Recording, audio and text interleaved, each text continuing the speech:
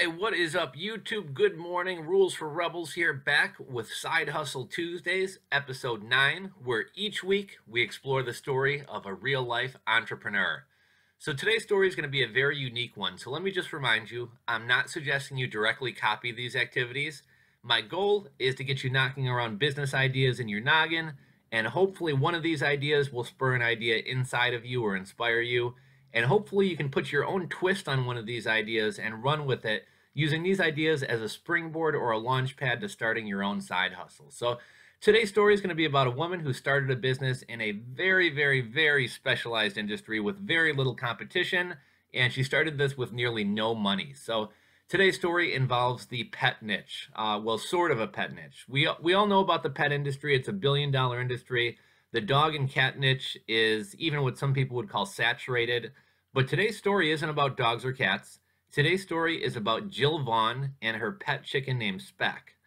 Then one day, Jill's pet chicken died from a molting injury. So now I've owned birds in the past. I had a cockatiel for a couple years, but I know absolutely nothing about chickens. But apparently a lot of bird deaths are caused by molting or mating injuries, and apparently these can be completely prevented if the chickens wear a specialty saddle or a vest. Okay, guys, so I know what you're thinking, and no, it's not April Fool's Day. That was 2 weeks ago. This is a true story, and if you do a Google search on chicken saddles, they are a real thing, and you'll likely find Jill and her side hustle website near the top of the search results. I actually just pulled a search on this a few minutes ago, and she was actually number 2 behind mypetchicken.com. So Jill developed her product after more than a year of testing it on her own flock of over 80 chickens. Now you're probably wondering, why did Jill decide to start making chicken clothing or chicken saddles? Well, the reason Jill decided to create her own chicken saddle was that the current ones on the market had a fatal flaw. They needed to be washed and laundered. Now this would be a huge headache, and in Jill's case, having to take these vests or jackets off of 80 chickens, plus then wash them, plus then put them back on. But the nice thing about Jill's saddle was it was made of vinyl, so there was no need to wash them.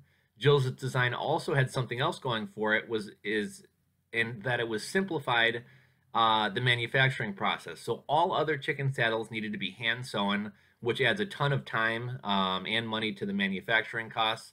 However, Jill's design does not require any sewing, which means she can produce them cheaper. And because of the material they are made out of, they don't need to be washed. So Jill's hustle is incredibly easy. Well, she did, quote unquote, invent the product. It was something she could build or make herself and didn't need to pay a company tens of thousands of dollars to make a mold or to make a cast of her product. All she needed was a sheet of vinyl, and she can cut that vinyl out herself to make the vests. So Jill's business, Chicken Armor, brings in anywhere between $500 and $3,000 a month, depending on the season and if they've had any media exposure.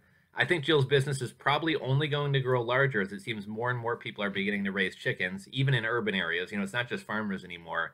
And kind of a funny story, I was talking to my grandma the other day, and one of my cousins actually now has chickens in his suburban backyard.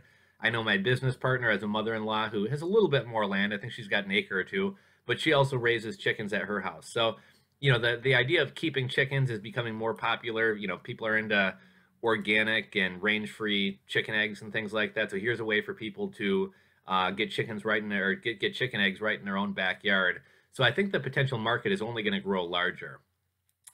Now, since launching, Jill has sold saddles all over the world. She's been mentioned in a variety of media.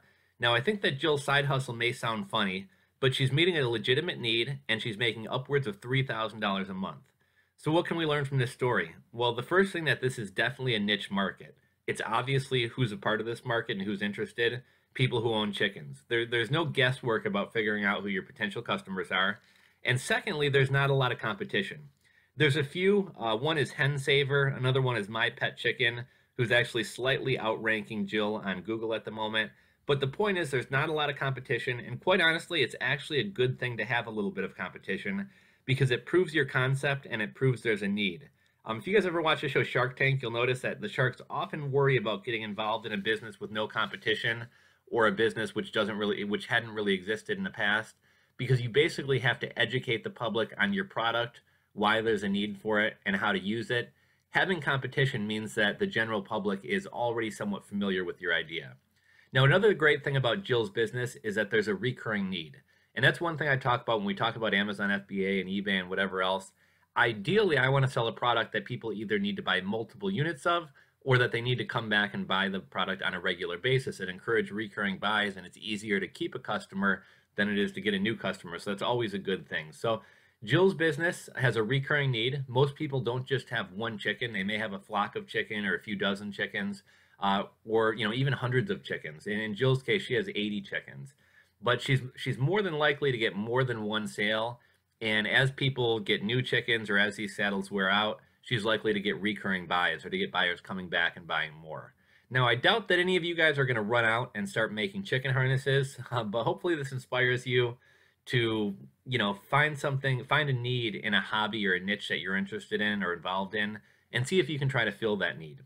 Now, on a total side note, if you wanted to use the affiliate marketing hustle that we talked about in past episodes with Max and his fish tank review, or the other week, the case of Tanner and his cruise ship review, this is kind of a wacky idea, but you may want to give it a try. I think it'd be pretty easy to rank for. You could decide to make a review site or an authority site on chicken saddles. You could rate and review the current chicken saddles on the market, so do like a side-by-side comparison of Chicken Armor versus My Pet Chicken versus, I forget what the other brand was, but you could do like a side-by-side review. You could show off the various products, and maybe you could make a niche site about chicken harnesses. Anyhow, guys, that is this week's story. I hope you enjoyed it. Hope you were inspired or motivated to get your own hustle going. I'll be back Thursday for Side Hustle Thursdays with the story of a cookbook author who made over $1,000 with an ebook on her first day of pre-sales before the book was even created. Until then, guys, Rules for Rebels signing off, and I will catch you guys Thursday.